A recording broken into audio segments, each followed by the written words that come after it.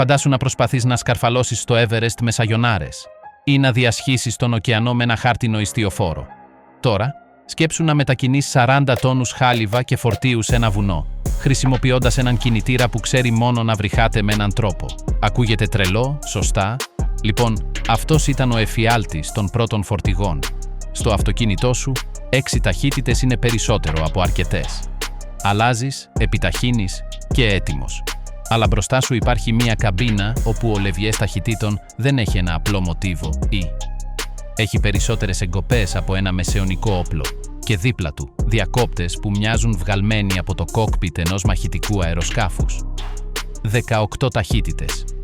Υπερβολή της μηχανικής. Περιττή πολυπλοκότητα. Θα σου πω ένα μυστικό. Αυτός ο λεβιές, με τις 18 πιθανές διαδρομές του, δεν είναι πολυτέλεια. Είναι το πιο σημαντικό όπλο επιβίωσης μέσα σε αυτή την καμπίνα. Είναι η μόνη γλώσσα με την οποία ένας οδηγός μπορεί να διαπραγματευτεί με την πιο ανελαίητη φυσική. Κάθε μία από αυτές τις ταχύτητες είναι μια διαφορετική συνθήκη ειρήνης, υπογεγραμμένη υπό τη συνεχή απειλή της βαρύτητας, της αδράνειας και της χρεοκοπίας. Αυτό δεν είναι ένα βίντεο για κυβότια ταχυτήτων. Είναι η ιστορία του πώς ο άνθρωπος δάμασε την ομή δύναμη, όχι με περισσότερη ισχύ, αλλά με περισσότερη ευφυΐα.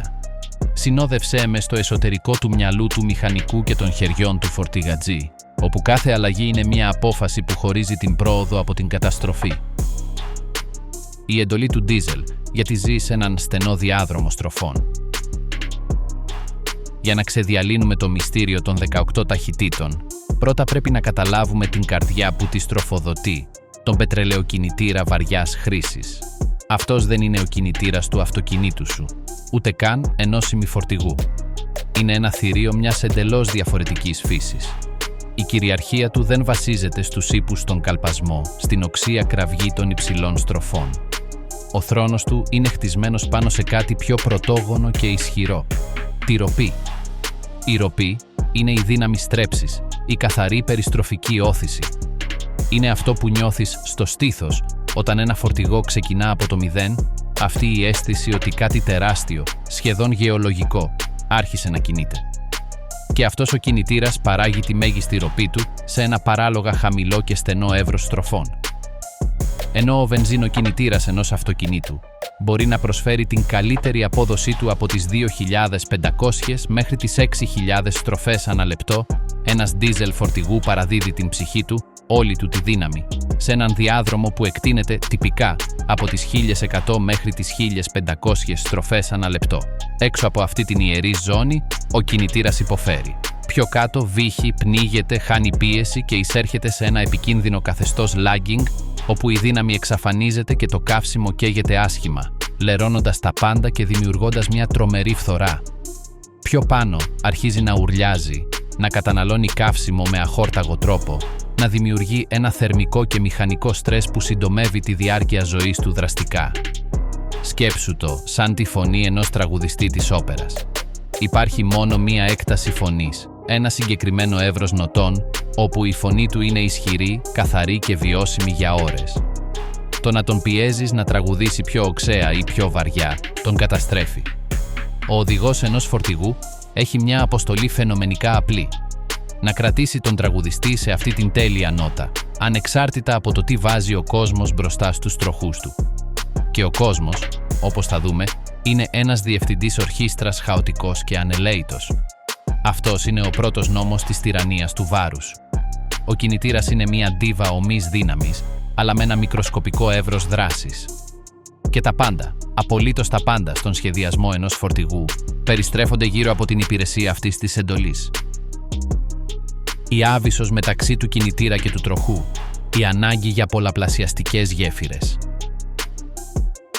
Τώρα, κράτα αυτή την εικόνα στο μυαλό σου. Ένας κινητήρας που μπορεί να τραγουδήσει δυνατά μόνο μεταξύ 1.100 και 1.500 στροφές ανά λεπτό.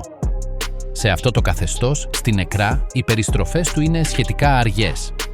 Αλλά ένας τροχός φορτηγού για να κινήσει το όχημα με μόλις 5 χιλιόμετρα την ώρα, χρειάζεται να περιστρέφεται με μία συγκεκριμένη ταχύτητα. Και για να το φτάσει στα 90 χιλιόμετρα την ώρα στον δρόμο, χρειάζεται μία άλλη ταχύτητα περιστροφής εντελώς διαφορετική, πολύ πιο γρήγορη. Εδώ είναι που εμφανίζεται η άβυσσος. Υπάρχει ένα τεράστιο χάσμα, ένα μηχανικό κενό, μεταξύ των περιορισμένων και χρήσιμων στροφών του κινητήρα και του ευρύτατου εύρους ταχυτήτων περιστροφής που χρειάζονται οι τροχοί ώστε το φορτηγό να κινηθεί από το 0 μέχρι την ταχύτητα ταξιδιού. Ένα συμβατικό κυβότιο ταχυτήτων 6 ταχυτήτων, όπως αυτό ενός αυτοκινήτου, είναι μια γέφυρα με 6 πυλώνες. Πηδάει από τη μία σχέση πολλαπλασιασμού στην άλλη. Για έναν κινητήρα ευρέως φάσματος στροφών, αυτά τα 6 άλματα είναι αρκετά. Μπορεί πάντα να ανεβάσει ή να κατεβάσει στροφές για να τρέξει και να φτάσει στον επόμενο πυλώνα. Αλλά ο δικός μας πετρελαιοκινητήρας, ο τραγουδιστής μας με τη στενή έκταση, δεν μπορεί να τρέξει. Δεν μπορεί να τεντώσει τις στροφές του αρκετά ώστε να πηδήξει από έναν πυλώνα στον άλλο αν αυτοί οι πυλώνες απέχουν πολύ. Αν προσπαθήσεις να χρησιμοποιήσεις ένα κυβότιο 6 ταχυτήτων σε ένα φορτηγό 40 τόνων, αυτό που συμβαίνει είναι το εξής. Ξεκινώντας με πρώτη, ο κινητήρας θα είναι στο βέλτιστο σημείο του, ας πούμε 1300 στροφές. Επιταχύνοντας και θέλοντας να περάσεις στη δεύτερη, θα πρέπει να αφήσεις τον γκάζι, να αποσυμπλέξεις και να αλλάξεις. Αλλά τη στιγμή που κουμπώνεις τη δεύτερη ταχύτητα, η σχέση είναι τόσο μακριά που οι στροφές του κινητήρα θα πέσουν κατακόρυφα, ίσως στις 800 ή 900 στροφές ανά λεπτό. Ο κινητήρας πέφτει έξω από τη ζώνη ροπής του. Πνίγεται. Δεν έχει δύναμη για να συνεχίσει να επιταχύνει το τεράστιο βάρος. Το φορτηγό τραντάζεται, χάνει ταχύτητα και μπορείς ακόμη και να το σταματήσεις εντελώς. Είσαι στην άβυσσο. Για να τη διασχίσεις χωρίς ο κινητήρας να πέσει σε αυτό το πηγάδι έλλειψης δύναμης, χρειάζεσαι όχι 6 πυλώνες, αλλά 18. Χρειάζεσαι μια συνεχή γέφυρα, σχεδόν ένα κεκλειμένο επίπεδο, όπου κάθε αλλαγή θα είναι ένα σκαλοπάτι τόσο μικρό που, ανεβαίνοντας στην επόμενη ταχύτητα, οι στροφές θα πέφτουν μόνο λίγο, ίσως 200 ή 300 περιστροφές, παραμένοντας πάντα μέσα στον ιερό διάδρομο μεταξύ 1100 και 1500. Οι πολλές ταχύτητες δεν είναι για να πηγαίνεις πιο γρήγορα, είναι για να μην σταματάς. Είναι τα σκαλοπάτια μιας σκάλας τόσο απότομης που, με λιγότερα σκαλοπάτια, θα ήταν αδύνατο να την ανεβείς χωρίς να πέσεις. Η κλίση ως εχθρός. Τι συμβαίνει σε ένα φορτηγό με λίγες ταχύτητες σε μια ανηφόρα. Ο επίπεδος δρόμος είναι μια ψευδαίσθηση, μια σύντομη ανάπαυλα στον συνεχή πόλεμο. Ο πραγματικός εχθρός, αυτός που δοκιμάζει κάθε γραμμάριο της μηχανικής του φορτηγού, είναι η κλίση. Φαντάσου εκείνο το ίδιο υποθετικό φορτηγό με το κυβότιο 6 ταχυτήτων του να καταφέρνει από θαύμα να φτάσει στον αυτοκινητόδρομο και να πάρει κάποια ταχύτητα. Ξαφνικά η άσφαλτος αρχίζει να γέρνει. Μια ανηφόρα 5% συνηθισμένη σε οποιοδήποτε ορεινό σύστημα. Η βαρύτητα αρπάζει τους 40 τόνους και τους τραβάει προς τα πίσω με μια συνεχή δύναμη. Ο κινητήρας, που στην έκτη ταχύτητα πήγαινε άνετα στις 1400 στροφές, αρχίζει να χάνει ταχύτητα. Οι στροφές πέφτουν. 1300, 1200. Ο οδηγός ξέρει ότι ξεπερνώντας τις 1100, η ροπή καταρρέει. Πρέπει να κατεβάσει μια ταχύτητα. Αλλά περνώντας την πέμπτη, το άλμα είναι τόσο μεγάλο που οι στροφές, αντί να ανέβουν σε ένα βέλτιστο σημείο, εκτοξεύονται πάνω από τις 1600, έξω από την αποδοτική ζώνη, στη ζώνη της κραυγής και της αλόγιστης κατανάλωσης. Ή ακόμα χειρότερα, θα μπορούσαν να πέσουν κάτω από 1000, αφήνοντας τον χωρίς δύναμη στη μέση της ανηφόρας, μια κατάσταση τρομερά επικίνδυνη όπου το φορτηγό μπορεί να φτάσει να σταματήσει και να είναι αδύνατο να ξαναξεκινήσει χωρίς να οπισθοχωρήσει. Είναι μια παγίδα. Το να ανεβάζεις στροφές είναι να κες καύσιμο και κινητήρα. Το να τις κατεβάζεις είναι να μένεις χωρίς δύναμη. Με 18 ταχύτητες, αυτός ο εφιάλτης εξαφανίζεται. Νιώθοντας ότι οι στροφές αρχίζουν να πέφτουν στην ανηφόρα, ο οδηγός κατεβάζει μια ταχύτητα. Το άλμα είναι τόσο μικρό που οι στροφές ανεβαίνουν, για παράδειγμα, από τις 1200 στις 1400. Παραμένει στην τέλεια ζώνη. Η δύναμη επιστρέφει. Το φορτηγό διατηρεί την ταχύτητά του. Αν η κλίση γίνει πιο απότομη, κατεβάζει άλλη μία ταχύτητα. Άλλο ένα μικρό άλμα. Άλλη μία λεπτή ρύθμιση. Είναι σαν ένας πιλότος που ρυθμίζει το βήμα της έλικας για να διατηρήσει τις στροφές του κινητήρα σταθερές, ανεξάρτητα από την αντίσταση του αέρα. Ο οδηγός με το λεβιέ του των 18 θέσεων πραγματοποιεί μια συνεχή ρύθμιση της σχέσης μεταξύ του κινητήρα και του κόσμου, αντισταθμίζοντας σε πραγματικό χρόνο τη δύναμη της βαρύτητας. Η κλίση πάβει να είναι ένας ανυπέρβλητος τοίχος και μετατρέπεται σε μια ράμπα που σκαρφαλώνεται με μια διαδοχή σύντομων και σίγουρων βημάτων. Χωρίς αυτά τα επιπλέον σκαλοπάτια, το βουνό κερδίζει. Η αποδοτικότητα ως θρησκεία. Κάθε στροφή ανά λεπτό εκτός ζώνης είναι καμένα χρήματα. Μέχρι τώρα έχουμε μιλήσει για δύναμη και ασφάλεια. Αλλά πίσω από κάθε απόφαση μηχανικής στη μεταφορά φορτίου χτυπά ο αδυσόπιτος ρυθμός ενός μετρονόμου. Το κόστος. Ένα φορτηγό δεν είναι ένα όχημα. Είναι ένα κινητό γραφείο του οποίου το προϊόν είναι το χιλιόμετρο τόνος που μεταφέρεται. Και το μεγαλύτερο μεταβλητό έξοδό του, αυτό που μπορεί να κάνει τη διαφορά μεταξύ της χρεοκοπίας και της κερδοφορίας, είναι το καύσιμο. Εδώ είναι που η στενή ζώνη στροφών του ντίζελ γίνεται μια θρησκεία και κάθε παρέκκληση ένα θανάσιμο αμάρτημα. Αυτή η ζώνη μεταξύ 1100 και 1500 στροφές ανά λεπτό δεν είναι μόνο εκεί όπου ο κινητήρας έχει περισσότερη δύναμη. Είναι καθοριστικά εκεί όπου καίει το καύσιμο με τον πιο αποδοτικό τρόπο, εξάγοντας τη μέγιστη δυνατή ενέργεια από κάθε σταγόνα ντίζελ. Είναι το σημείο της μέγιστης θερμοδυναμικής του απόδοσης. Το να επιτρέψεις στον κινητήρα να πέσει κάτω από αυτό το εύρος, σε αυτό το lagging, όχι μόνο του αφαιρεί δύναμη, αλλά κάνει την καύση ατελή. Το καύσιμο δεν καίγεται πλήρως, δημιουργώντας εθάλη, φθύροντας τους κυλίνδρους και, το χειρότερο, σπαταλώντας την ενέργεια για την οποία έχεις πληρώσει. Αντίθετα, το να τον αφήσεις να ανέβει πιο πάνω, αν και δίνει την αίσθηση ισχύος, είναι ένα πάρτι κατανάλωσης. Ο κινητήρας δουλεύει πιο γρήγορα από όσο χρειάζεται, η αντλία ψεκασμού στέλνει περισσότερο καύσιμο, οι απώλειες λόγω εσωτερικής τριβής εκτοξεύονται και η απόδοση ανά λίτρο καταρρέει. Ένας έμπειρος οδηγός, με ένα κυβότιο 18 ταχυτήτων, είναι ένας ιερέας αυτής της αποδοτικότητας. Το αυτί του είναι εκπαιδευμένο να ακούει τον ήχο του κινητήρα. Το χέρι του στον λεβιέ ενεργεί σαν ένας θερμοστάτης στροφών, κρατώντας τη βελόνα του στροφόμετρου καρφωμένη σε εκείνο το γλυκό σημείο, ανεξάρτητα από το φορτίο, τον άνεμο ή την κλίση του εδάφους. Κάθε φορά που πραγματοποιεί μία αλλαγή και οι στροφές πέφτουν ακριβά από τις 1500 στις 1200, τέλεια μέσα στη ζώνη, έχει σώσει χρήματα. Έχει μετατρέψει ένα δυνητικά δαπανηρό άλμα σε ένα κερδοφόρο βήμα. Σε ένα ταξίδι 1500 χιλιόμετρων, αυτές οι μικροβελτιστοποιήσεις συσσωρεύονται. Μπορούν να σημαίνουν τη διαφορά μεταξύ του να φτάσεις με τον ντεπόζιτο ρεζέρβας ή να πρέπει να ανεφοδιαστείς ακριβά στη μέση του πουθενά. Το κυβότιο πολλών αλλαγών δεν είναι μια συσκευή πολυτελείας, είναι το πιο σημαντικό εργαλείο οικονομικής διαχείρισης στην καμπίνα. Είναι αυτό που μεταμορφώνει την ομή ισχύ σε καθαρό κέρδος. Το φρένο κινητήρα, η ταχύτητα ως σύστημα ενεργητικής ασφάλειας. Αλλά ο δρόμος δεν είναι μόνο ανηφόρα. Η κάθοδος, με το βάρος των 40 τόνων να σπρώχνει από πίσω, είναι εκεί όπου ο εφιάλτης μετατρέπεται σε καθαρό τρόμο και όπου το κυβότιο ταχυτήτων αποκαλύπτει τον πιο ηρωικό του ρόλο. Να πάψει να είναι ένα σύστημα προώθησης για να γίνει το πιο ζωτικό σύστημα πέδησης.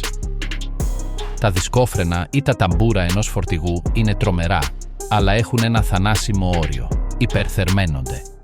Σε μια μακρά και απότομη κατηφόρα, αν ο οδηγός βασίζεται αποκλειστικά στο πεντάλ του φρένου, οι ρότορες και τα τακάκια μπορούν να φτάσουν στο σημείο να πυρώσουν, να χάσουν κάθε αποτελεσματικότητα, fading, και να αποτύχουν εντελώς.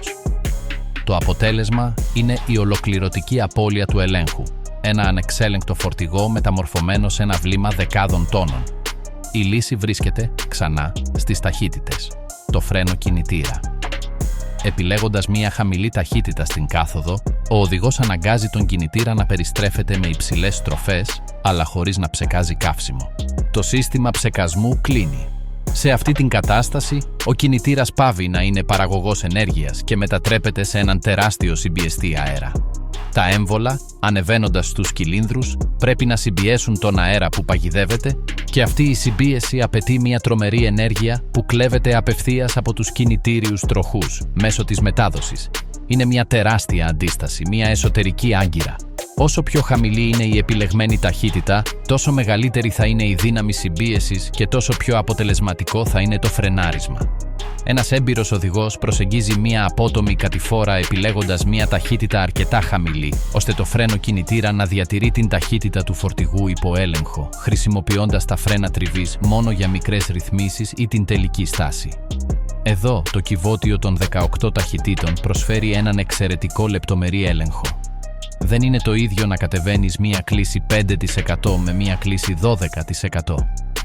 Με πολλές ταχύτητες, ο οδηγός μπορεί να επιλέξει ακριβώς τη σχέση που προσφέρει την τέλεια αντίσταση για τη συγκεκριμένη κλίση και το συγκεκριμένο βάρος, διατηρώντας μια ασφαλή και σταθερή ταχύτητα χωρίς να αγγίζει τα φρένα. Είναι μια πράξη καθαρής πρόβλεψης. Είναι η κατανόηση ότι ο λεβιές ταχυτήτων δεν χρησιμεύει μόνο για να προχωράς, αλλά επίσης, και ίσως πιο σημαντικά, για να συγκρατείς. Στην κάθοδο, κάθε μία από αυτές τις 18 ταχύτητες μεταμορφώνεται σε ένα διαφορετικό επίπεδο ενός ισχυρού ατσάλινου αλεξίπτωτου. Είναι η τελευταία γραμμή άμυνας ενάντια στην καταστροφή και η τελική απόδειξη ότι σε ένα φορτηγό η μετάδοση δεν είναι ένα αξεσουάρ. Είναι το κεντρικό νευρικό σύστημα όλης της λειτουργίας, ο ευφυής σύνδεσμος μεταξύ της δύναμης του ανθρώπου, της μηχανής και του νόμου της βαρύτητας. Η κατανόηση της ανάγκης για 18 ταχύτητες είναι ένα πρώτο βήμα, αλλά η πραγματική εκτίμηση αυτού του άθλου της μηχανικής απαιτεί την είσοδο στο λαβύρινθο από σφυρίλατο ατσάλι, όπου αυτή η θεωρία γίνεται μέταλλο. Ένα κυβότιο ταχυτήτων φορτηγού δεν είναι απλώς μια μεγεθυμένη έκδοση αυτού ενός αυτοκινήτου. Είναι ένα παράλληλο σύμπαν μηχανικής, μια σπονδυλωτή και διαστρωματωμένη κατασκευή, όπου η πολυπλοκότητα διαχειρίζεται με μια στρατιωτική λογική. Αυτό το κεφάλαιο είναι μια ανατομία αυτού του σύμπαντος. Θα δούμε πώς οι μηχανικοί, αντί να δημιουργήσουν ένα τέρας από ένα μόνο κομμάτι με 18 γρανάζια στη σειρά, επινόησαν ένα κομψό και σχεδόν διανοητικό σύστημα για να πολλαπλασιάσουν τις δυνατότητες και πώς αυτός ο σχεδιασμός μεταφράζεται στην καθημερινή τελετουργία του οδηγού. Η μεγαλοφυής ιδέα, κύριες μεταδόσεις, βοηθητικές και διαιρέτες. Η λύση για τη δημιουργία 18 σχέσεων μετάδοσης χωρίς την κατασκευή ενός κυβωτίου, με το μέγεθος ενός ψυγείου και με ένα μη βιώσιμο βάρος, ήταν η σπονδυλωτή δομή. Οι μηχανικοί δεν στίβαξαν 18 γρανάζια σε έναν μόνο άξονα. Αντίθετα, δημιούργησαν μία αρχιτεκτονική σε στρώματα, ένα κυβότιο ταχυτήτων μέσα σε ένα άλλο κυβότιο ταχυτήτων.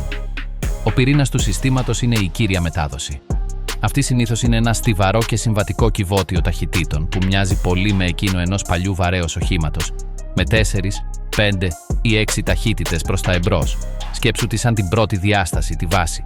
Αλλά αυτές οι ταχύτητες έχουν μεγάλη απόσταση μεταξύ τους. Για να γεμίσουν τα τεράστια κενά μεταξύ τους, προστίθεται ένα δεύτερο στρώμα. Η βοηθητική μετάδοση, η splitter, διαιρέτης. Αυτή δεν είναι ένα ξεχωριστό κυβότιο ταχυτήτων με τον δικό του λεβιέ, αλλά ένα πλανητικό σύστημα ή ένα σύνολο πρόσθετων γραναζιών που τοποθετείται μπροστά ή πίσω από το κύριο κυβότιο. Η μαγεία της έγκυται στο ότι μπορεί να πάρει κάθε μία από τις ταχύτητες του κυρίου κυβωτίου και να τη διαιρέσει στα δύο. Μέσω ενός διακόπτη που ενεργοποιείται με αέρα, πνευματικά ή από έναν ηλεκτρικό σερβοκινητήρα, ελεγχόμενο από ένα κουμπί στον λεβιέ ή στη λαβή, ο οδηγός μπορεί να επιλέξει την ίδια κύρια ταχύτητα σε μια υψηλή ή χαμηλή σχέση. Είναι σαν να έχεις δύο διαφορετικά γρανάζια για την ίδια θέση στον λεβιέ. Έτσι, ένα κύριο κυβότιο 5 ταχυτήτων μετατρέπεται de facto σε 10. Αλλά η μεγαλοφυΐα δεν σταματά εκεί. Για να καλυφθεί το ευρύτατο φάσμα από τη δύναμη εκκίνησης μέχρι την ταχύτητα ταξιδιού, χρειάζεται ένα ακόμη μεγαλύτερο άλμα. Εδώ μπαίνει το τρίτο στρώμα, η αλλαγή εύρους ή range selector. Αυτό είναι ένα άλλο σύστημα, συνήθως τοποθετημένο στο πίσω μέρος του κυρίου κυβωτίου, που λειτουργεί ως ένα δεύτερο κυβότιο ταχυτήτων 2 ταχυτήτων, μία χαμηλή και μία υψηλή, αλλά που λειτουργεί σε μπλοκ. Ένας διακόπτης, τυπικά ένα κουμπί στο πλάι του λεβιέ, ενεργοποιεί ένα πνευματικό έμβολο που μετακινεί ένα γρανάζι. Όταν είσαι στο χαμηλό εύρος, όλες οι ταχύτητες που επιλέγεις από το κύριο κυβότιο και οι διαιρέσεις τους από το splitter βρίσκονται μέσα σε ένα μπλοκ κοντών σχέσεων, εξαιρετικά ισχυρών, ιδανικών για εκκίνηση και για ακραία εδάφη. Περνώντας στο υψηλό εύρος, κάνεις ένα μεγάλο άλμα και όλες αυτές οι ίδιες θέσεις του λεβιέ μετατρέπονται σε ένα μπλοκ μακριών σχέσεων για ταχύτητα στον αυτοκινητόδρομο. Αυτός ο σπονδυλωτός σχεδιασμός είναι λαμπρός. Επιτρέπει την κατασκευή ενός απίστευτα ευέλικτου κυβωτίου από μικρότερα και τυποποιημένα εξαρτήματα, απλοποιεί την κατασκευή και καθοριστικά δίνει στον οδηγό μια πνευματική λογική για να περιηγηθεί στην πολυπλοκότητα. Δεν σκέφτεται 18 μοναδικές θέσεις, αλλά τη λειτουργία σε 2 εύρη, χρησιμοποιώντας έναν διαιρέτη για να κάνει μικρορυθμίσεις μέσα σε κάθε μπλοκ 5 βασικών ταχυτήτων. Ο χάρτης του οδηγού, αποκρυπτογραφώντας τον λεβιέ και τον διακόπτη εύρους. Για τον αδαή, η καμπίνα ενός φορτηγού με κυβότιο 18 ταχυτήτων μπορεί να μοιάζει με τον πίνακα ελέγχου ενός διαστημοπλοίου. Αλλά για τον οδηγό, κάθε χειριστήριο είναι ένα γράμμα ενός αλφαβήτου που μόλις μαθευτεί είναι λογικό και ισχυρό. Το κέντρο των πάντων είναι ο λεβιές ταχυτήτων. Σε αντίθεση με το κλασικό H ενός αυτοκινήτου, το μοτίβο του είναι στην ουσία αυτό του κυρίου κυβωτίου. Τυπικά 5 θέσεις προς τα εμπρός σε ένα μοτίβο που μπορεί να είναι ένα ανεστραμμένο T ή μια ακολουθία zigzag. Δεν έχει σημειωμένες 18 φυσικές θέσεις. Έχει εκείνες του βασικού κυβωτίου. Αλλά προσαρτημένη σε αυτόν είναι η διεπαφή των άλλων 2 διαστάσεων. Στη λαβή του λεβιέ υπάρχει συνήθως ένας διακόπτης 2 θέσεων. Ο έλεγχος του splitter ή διαιρέτη. Κανονικά ενεργοποιείται με τον αντίχειρα. Προς τα εμπρός είναι high, υψηλό. Προς τα πίσω είναι low, χαμηλό. Αυτός ο έλεγχος διαιρεί την τρέχουσα ταχύτητα. Μετά, στο πλάι του λεβιέ ή μερικές φορές στο ταμπλό, υπάρχει ένας μικρότερος λεβιές εύρους ή ένας διακόπτης τύπου κουμπιού.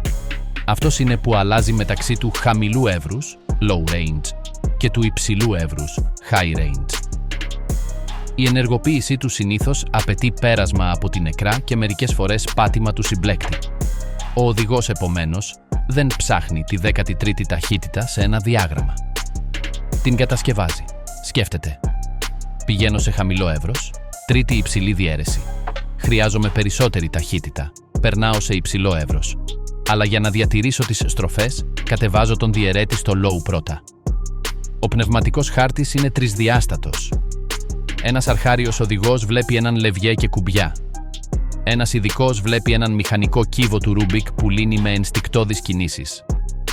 Ο πίνακας οργάνων ενισχύει αυτόν τον χάρτη. Συχνά υπάρχουν φωτεινές ενδείξεις που δείχνουν L ή H για το εύρος και μερικές φορές για το splitter. Το στροφόμετρο είναι η τελική πυξίδα. Αν η βελόνα πέσει, είναι ώρα για μια αλλαγή διαίρεσης ή εύρους. Αυτή η διεπαφή, αν και τρομακτική, είναι αυτό που επιτρέπει έναν τόσο λεπτομερή έλεγχο χωρίς να απαιτείται ένας λεβιέ μήκους 1 μέτρου που να κινείται σε μια βεντάλια 20 θέσεων. Είναι μια λαμπρή εργονομική λύση για ένα πρόβλημα εξαιρετικής πολυπλοκότητας. Γιατί η αλλαγή απαιτεί την επιδεξιότητα ενός πιανίστα. Ο χειρισμός αυτού του μηχανισμού δεν είναι όπως η αλλαγή σε ένα αυτοκίνητο. Είναι μια ακριβής χορογραφία, ένα μπαλέτο του χεριού και του ποδιού που συγχρονίζει 3 ανεξάρτητα χειριστήρια με τον συμπλέκτη, τον γκάζι και την αδράνεια δεκάδων τόνων. Μια τυπική αλλαγή, ας πούμε από την 7η στην 8η σε ένα κυβότιο 18 ταχυτήτων, απαιτεί μια αλληλουχία που ένας οδηγός αυτοματοποιεί στον νοτιαίο του μυελό. Πρώτον, με το στροφόμετρο στο σωστό σημείο πατάει τον συμπλέκτη μέχρι τέρμα. Με το δεξί χέρι στον λεβιέ, ίσως με το μικρό δάχτυλο να ενεργοποιεί το κουμπί εύρους, αν είναι απαραίτητο, βγάζει την ταχύτητα από τη θέση της και τη φέρνει στην νεκρά. Σε εκείνη τη σύντομη στιγμή, ενώ το σύστημα μετάδοσης είναι αποσυμπλεγμένο, ο αντίχειράς του στη λαβή μετακινεί τον διακόπτη του splitter από το high στο low. Μετά, τοποθετεί τον λεβιέ στην ίδια φυσική θέση του κυρίου κυβωτίου, την 4η, σε αυτό το παράδειγμα. Αφήνει τον συμπλέκτη και επιταχύνει. Για τον παρατηρητή, είδε μόνο τον λεβιέ να μετακινείται από μια θέση στην ίδια θέση. Αλλά μέσα στο κυβότιο, ο διαιρέτης άλλαξε, προσφέροντας μια ελαφρώς μακρύτερη σχέση. Πιο δραστικές αλλαγές, όπως το πέρασμα εύρους, απαιτούν διπλό συμπλέκτη. Πάτημα του συμπλέκτη για να βγει η ταχύτητα, άφημα στην νεκρά για να συγχρονιστούν οι στροφές του άξονα του κυβωτίου, ξανά πάτημα και τότε ενεργοποίηση της αλλαγής εύρους, πριν μπει η νέα ταχύτητα. Το χέρι δεν σπρώχνει και τραβάει μόνο, πατάει, γλιστράει, πιέζει κουμπιά. Το αυτί είναι συντονισμένο στον ήχο του κινητήρα και στο κυβότιο. Η αίσθηση στο λεβιέ του λέει αν οι συγχρονιστές, αν υπάρχουν, επιτρέπουν τη σύμπλεξη ή αν χρειάζεται να ρυθμίσει τις στροφές. Μια κακώς εκτελεσμένη αλλαγή προκαλεί ένα σπαρακτικό τρίξιμο των γραναζιών, ένα απότομο χτύπημα στη μετάδοση ή, το χειρότερο, το να χάσει το φορτηγό κάθε ταχύτητα και δύναμη. Η επιδεξιότητα του οδηγού έγκυται στο να κάνει αυτή τη χορογραφία να φαίνεται ρευστή και απλή, στο να κρατά τον τραγουδιστή στην τέλεια νότα του, ενώ εκτελεί αυτόν τον περίπλοκο χορό χειριστηρίων δεκάδες, εκατοντάδες φορές ανά ταξίδι. Είναι μια καθαρή ικανότητα που αποκτάται με μήνες πρακτικής και που ξεχωρίζει τον απλό οδηγό από τον πραγματικό φορτηγατζή. Είναι η ανθρώπινη διεπαφή με τον ατσάλινο λαβύρινθο. Τα κυβότια των 13-16 ταχυτήτων και η εξέλιξη προς το αυτόματο. Το σύστημα των 18 ταχυτήτων είναι το σύμβολο, αλλά δεν είναι ο μόνος κάτοικος του οικοσυστήματος. Η σπονδυλωτή αρχιτεκτονική επιτρέπει διαφορετικές διαμορφώσεις ανάλογα με την ανάγκη. Τα κυβότια 13 ταχυτήτων είναι πολύ κοινά. Συνήθως είναι μια διαμόρφωση 4x2 συν ένα εύρος ή μια 5x2 με ένα σχήμα εύρους ελαφρώς διαφορετικό, όπου κάποιες ταχύτητες επικαλύπτονται. Προσφέρουν ένα καλό εύρος για γενικές εφαρμογές χωρίς τη μέγιστη πολυπλοκότητα. Εκείνα των 16 ταχυτήτων είναι συνήθως 4 κύριες ταχύτητες επί 2 σπλίτερ επί 2 εύρη. Αυτό δίνει ένα σύνολο 16 καθαρών ταχυτήτων χωρίς επικαλύψεις. Είναι ένα δημοφιλές μέσο σημείο. Αλλά η πιο σημαντική εξέλιξη δεν είναι η προσθήκη περισσότερων γραναζιών, αλλά η αφαίρεση του ανθρώπινου χορευτή από τη χορογραφία. Οι αυτοματοποιημένες μεταδόσεις φορτηγών, όπως τα περίφημα κυβότια ή τον Fuller Advantage ή τα Mercedes-Benz PowerShift, αντιπροσωπεύουν την επόμενη επανάσταση. Αυτά τα κυβότια διατηρούν τη θεμελιώδη αρχιτεκτονική των γραναζιών σε διαφορετικά εύρη και διαιρέσεις. Η διαφορά είναι ότι μια ηλεκτρονική μονάδα ελέγχου, ECU, ένας υπολογιστής, γίνεται ο οδηγός του κυβωτίου. Αισθητήρες παρακολουθούν την ταχύτητα του οχήματος, τις στροφές του κινητήρα, τη θέση του γκαζιού, την κλίση, ακόμη και με κλισιόμετρα, και το βάρος. Με αυτές τις πληροφορίες, η ECU αποφασίζει ποια είναι η βέλτιστη ταχύτητα ανά πάσα στιγμή.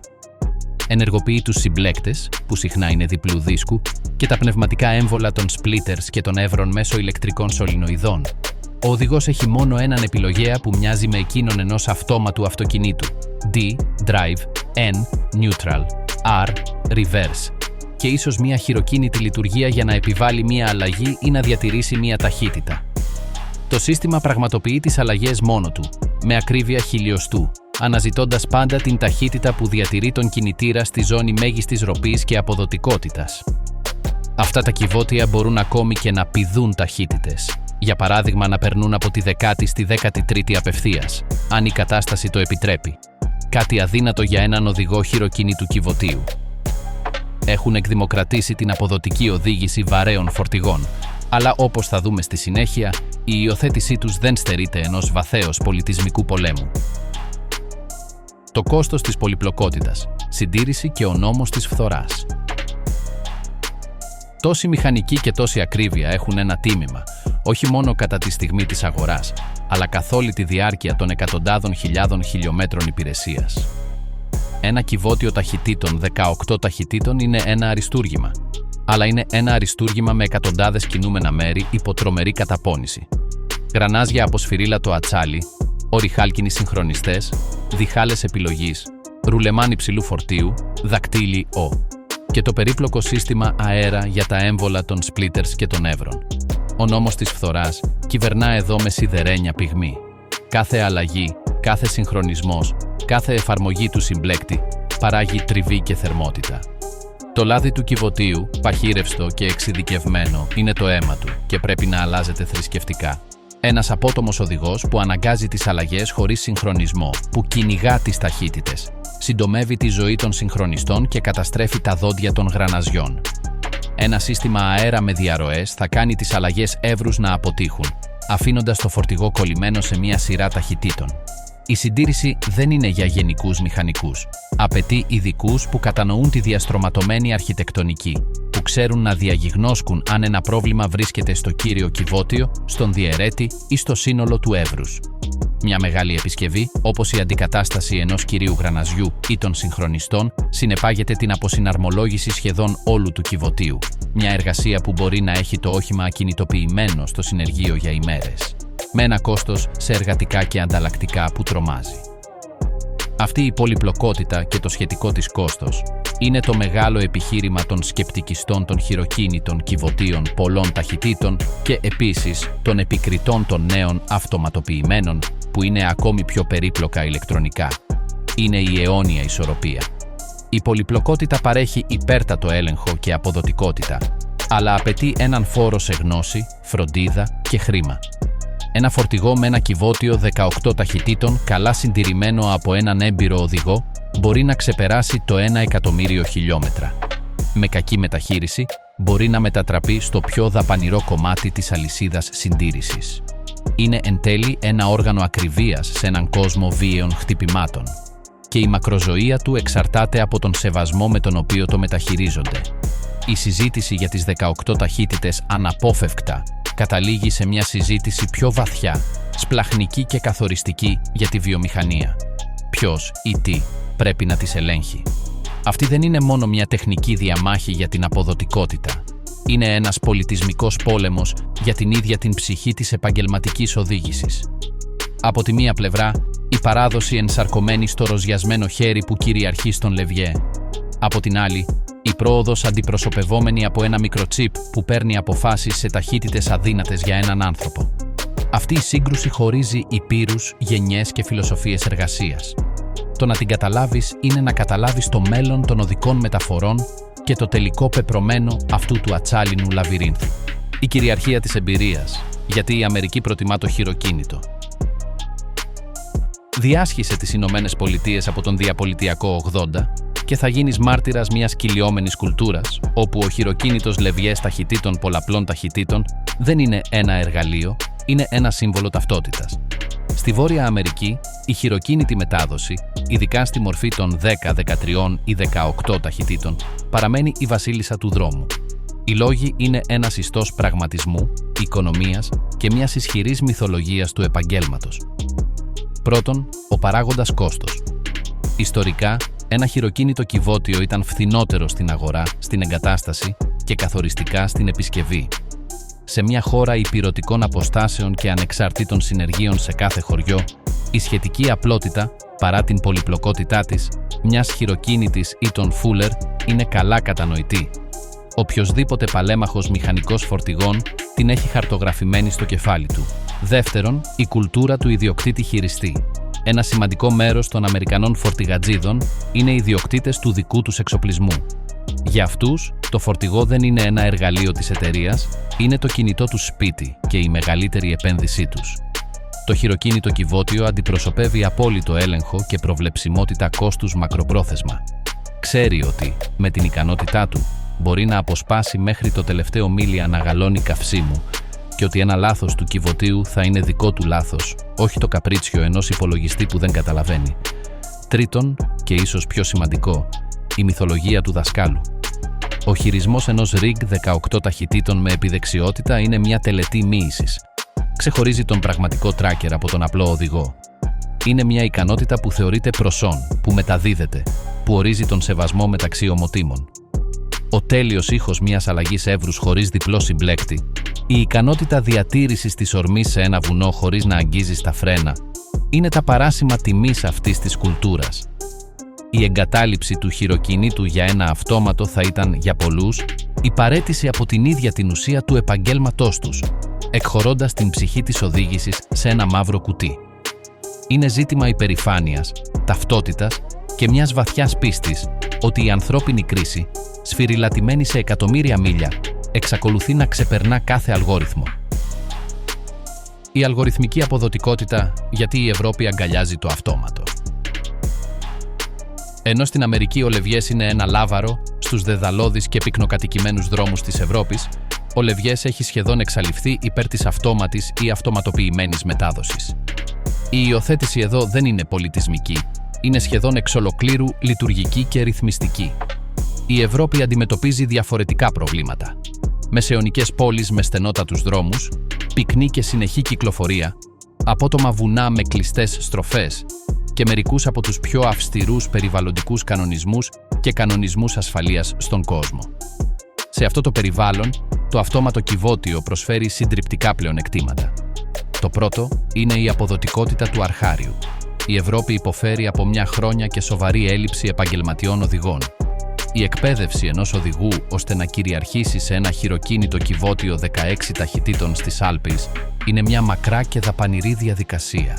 Ένα αυτόματο φορτηγό μπορεί να λειτουργήσει με επαρκώς ασφαλή και αποδοτικό τρόπο από έναν οδηγό με πολύ λιγότερη εμπειρία, μειώνοντας δραστικά την καμπύλη μάθησης.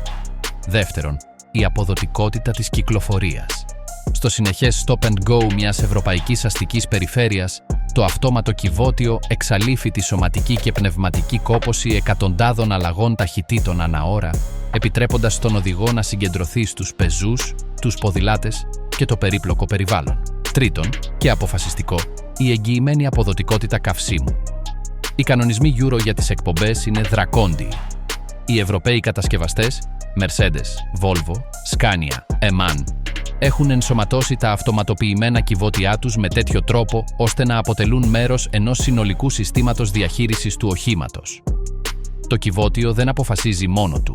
Το κάνει σε συντονισμό με τον κινητήρα, το φρένο κινητήρα, το προγνωστικό cruise control, που χρησιμοποιεί GPS και χάρτες για να προβλέψει λόφους, και τα συστήματα ασφαλείας. Το αποτέλεσμα είναι ότι στις μέσες συνθήκες της ευρωπαϊκής χρήσης, πολλή κυκλοφορία, πολλές ανηφόρες και κατηφόρες, το αυτόματο κυβότιο ξεπερνά σταθερά έναν μέσο ανθρώπινο οδηγό στην κατανάλωση καυσίμου. Ο αλγόριθμος δεν κουράζεται, δεν αποσπάται, δεν παίρνει αποφάσεις από υπερηφάνεια. Πάντα επιλέγει τη βέλτιστη ταχύτητα για την ακριβή κατάσταση, προβλέποντας κλίσεις και διατηρώντας τον κινητήρα στο ιδανικό του σημείο με μια ρομποτική ακρίβεια.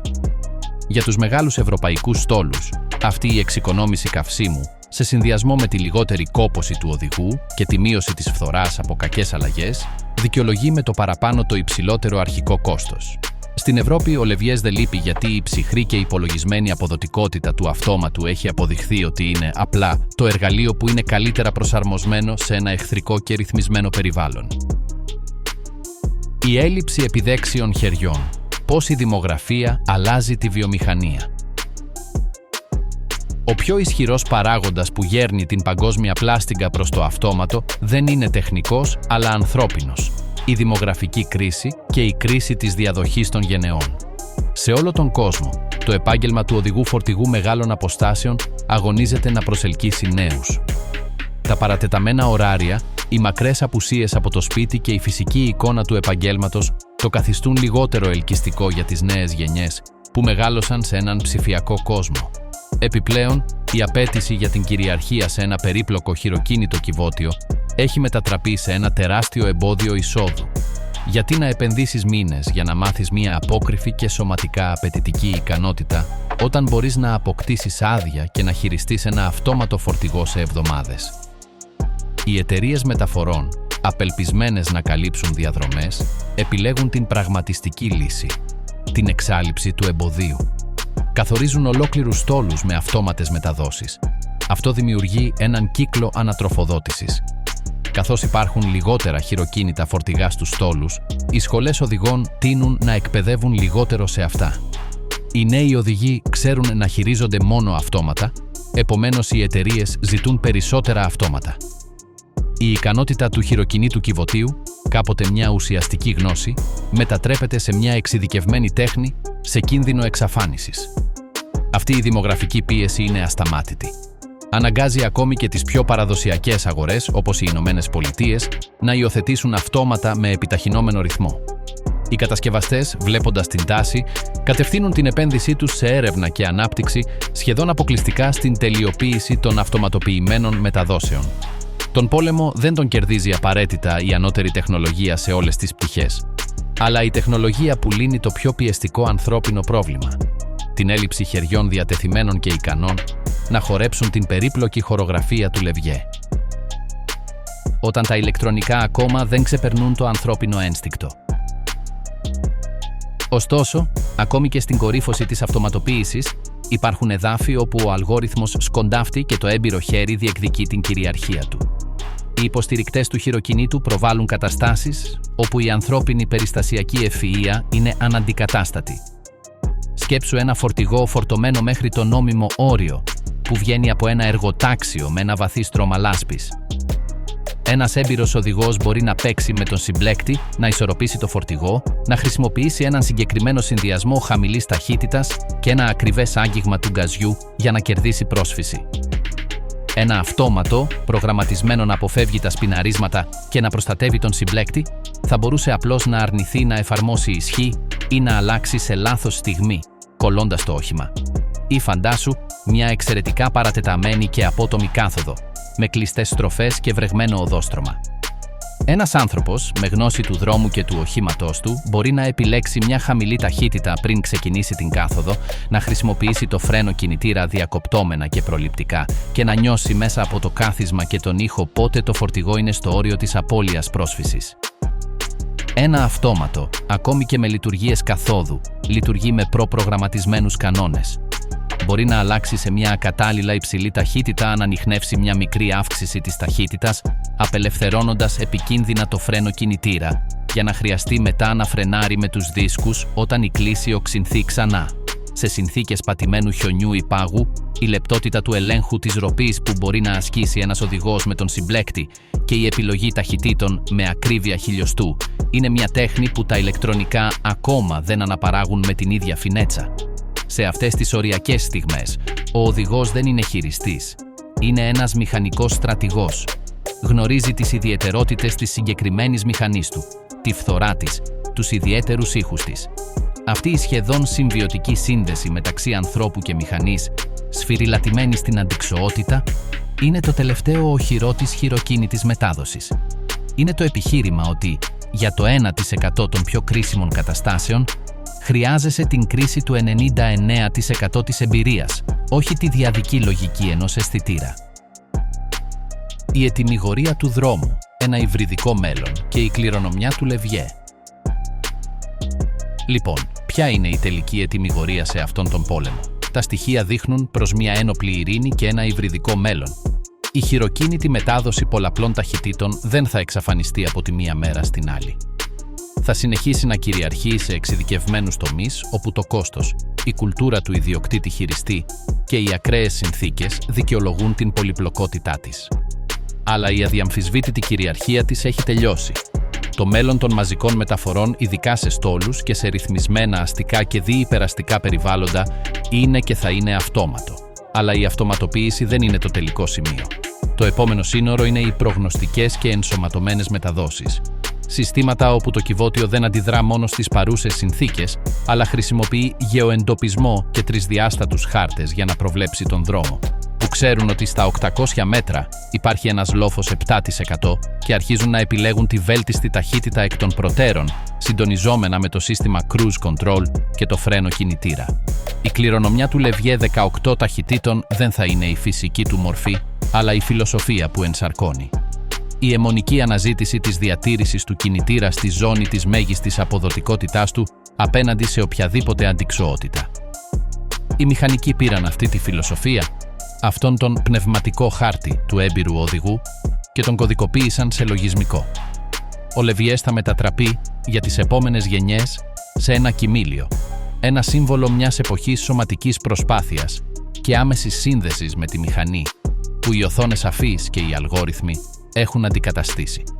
Θα χαθεί μια skill, μια χειρονακτική τέχνη, αλλά θα κερδιθεί σε προσβασιμότητα, σε εγγυημένη μέση αποδοτικότητα και πιθανώς σε ασφάλεια, μειώνοντας το γνωστικό φορτίο και την κόπωση του οδηγού σε συνηθισμένες καταστάσεις.